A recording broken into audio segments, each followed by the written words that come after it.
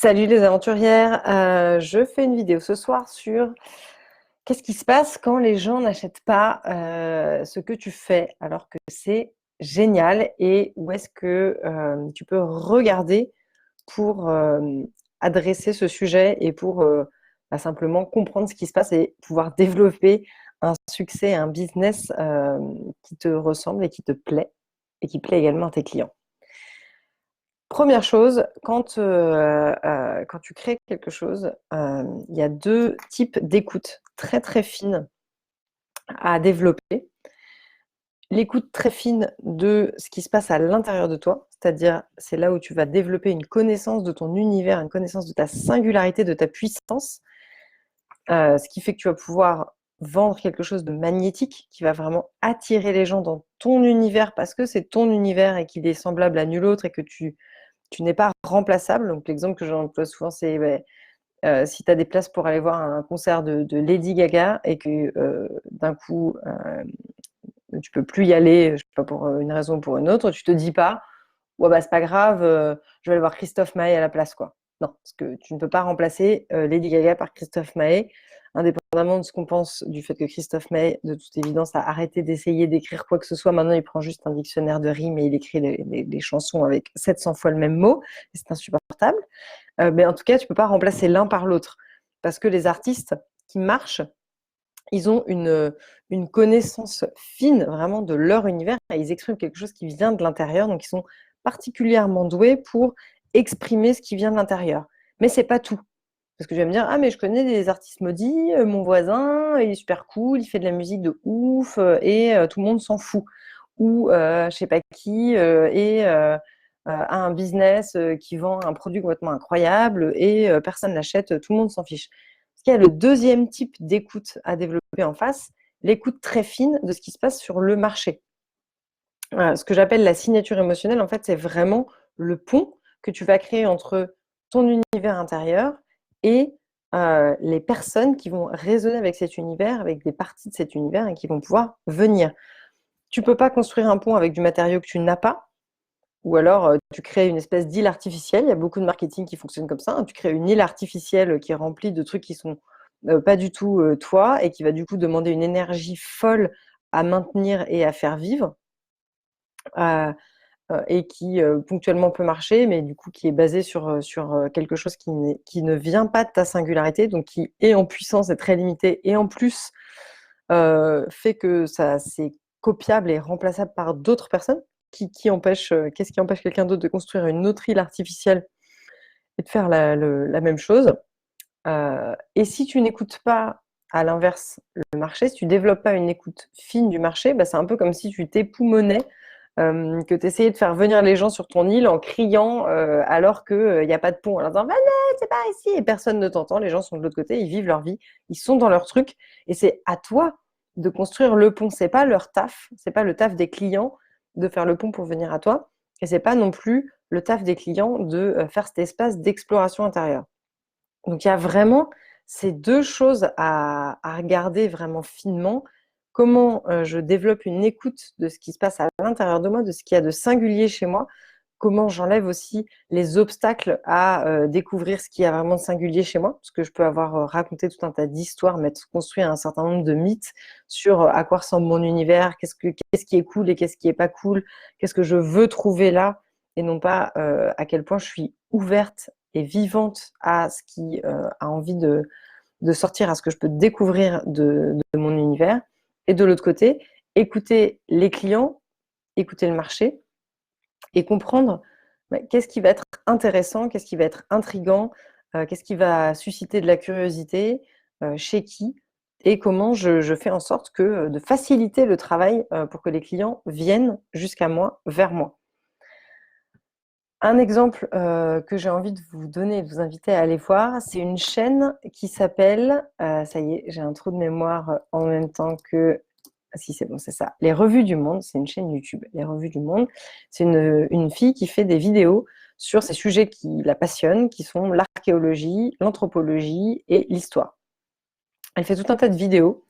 A priori, c'est pas un sujet qui est censé passionner des foules incroyables. qui est censée devenir virale sur Internet. Pour autant, donc Charlie, elle s'appelle, sur sa chaîne YouTube, il y a 560 ou 580 000 personnes qui la suivent.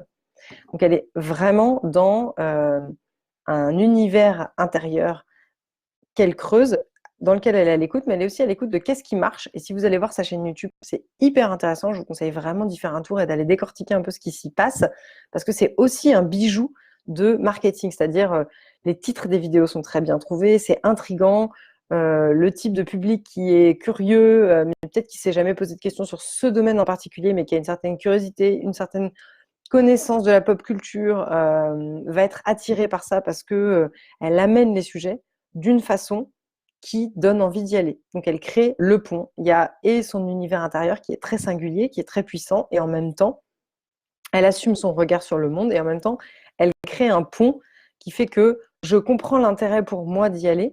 Ma curiosité est excitée par ce qu'elle propose, et c'est pas à moi de faire le taf, d'aller fouiller au fin fond d'un truc avec un titre obscur et un bénéfice pour moi extrêmement discutable ou incompréhensible pour trouver ça. Il y a vraiment les deux côtés qui sont développés, l'écoute fine de soi, l'écoute fine du marché. Donc je vous invite vraiment à aller voir cette chaîne et à aller étudier. Et une autre invitation, c'est de partager en commentaire de cette vidéo des gens qui vous font cet effet-là, c'est-à-dire des univers, que ce soit des artistes, que ce soit des entreprises, que ce soit des entrepreneurs, des personnes ou des entreprises dont vous avez vraiment envie de plonger dans l'univers, qui ont fait ce travail en fait, ils proposent quelque chose de singulier, quelque chose d'assumé, quelque chose d'affirmé, et en même temps, ils ont fait l'effort de créer ce pont qui fait que vous n'êtes pas client de ces gens, vous êtes fan. J'aime bien les professions paramédicales, ils se prennent beaucoup la tête, est-ce qu'on a le droit d'appeler les gens nos patients et tout? Non, parce que patient, c'est forcément la médecine, là, là, là. En fait, on s'en fout, patient, client, tout ça. L'idée, c'est d'avoir des fans. C'est là qu'on sait qu'il y a vraiment un effet de résonance, de signature émotionnelle, parce que les gens, ils sont prêts à faire le kilomètre de plus pour venir vous voir. Ils parlent de vous, ils vous prennent en exemple pour des sujets non seulement qui concernent votre cœur de métier, mais aussi qui vont concerner éventuellement votre univers. Et c'est là que quelque chose de riche et d'intéressant qui se crée quand les gens passent de clients, ils achètent une prestation, ils achètent un outil, un usage, à fans. Ils ont envie de parler de vous. Il y a quelque chose dans votre univers qui résonne suffisamment pour qu'on ait quelque chose à raconter sur vous d'autre que ah bah c'est un super bon acupuncteur ou ah bah leurs coussins sont confortables. Voilà, ça fait le kilomètre, ça donne la dimension supplémentaire, et c'est ce qui donne envie d'aller plus loin, d'aller chercher, de parler de vous, de plonger dans votre univers. Pour en savoir plus et travailler vraiment ce mouvement d'écoute fine de ce qui se passe à l'intérieur, de qu'est-ce que je peux découvrir, qu'est-ce que je reconnais pas encore chez moi, qui peut être mis au service de ma réussite, et de l'autre côté, qu'est-ce que je développe, comment je m'entraîne à écouter mon marché pour avoir ce pont qui amène dans mon univers, qui fait qu'on vient vers moi, qu'on vient vers mon entreprise pour sa signature et pas juste pour ses offres. Je vous invite à cliquer sur le lien. Il y a un stage à Nantes. Il reste des places pour le 9 et le 10 décembre, donc c'est 2 jours. Sur le lien, vous verrez, il y a que un jour qui est marqué, c'est une des limites de Calendly, c'est juste pour ça. Mais donc, quand vous vous inscrivez, c'est bien les 2 jours, le lundi et le mardi. Et vous pouvez régler en ligne et tout est prêt. Et comme ça, hop, on se voit lundi, mardi pour aller travailler.